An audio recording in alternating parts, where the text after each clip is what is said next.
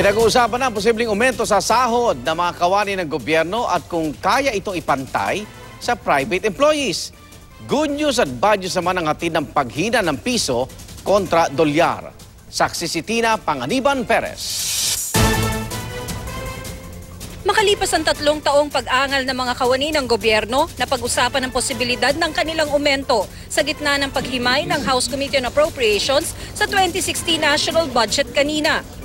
Sabi ng DBM, kapag nabalangkas ang panukala para rito, isusumite na ito sa Kamara. It will be across the board. Now, the next question that you may ask is, how much is it even across the board? Well, that's another matter. Kinumpirma rin ng Malacanang na merong nakalaang budget para sa dagdag na benepisyo at sahod ng mga taga-gobyerno.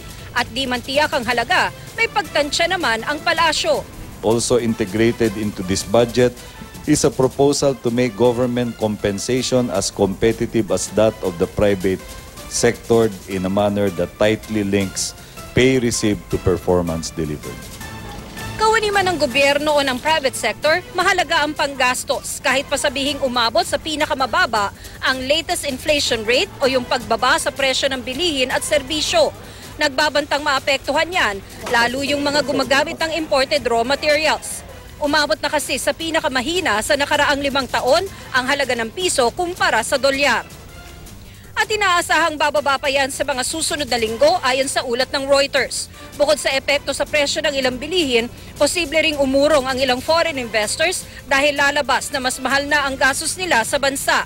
Gayunman, makikinabang dito ang pamilya ng mga OFW dahil lalaki ang halaga ng piso na maipapalit sa ipinadala sa kanilang pera. Ang paghina ng piso ay epekto ng paghina ng global economy. Ako si Tina Panganiban Perez, ang inyong saksi.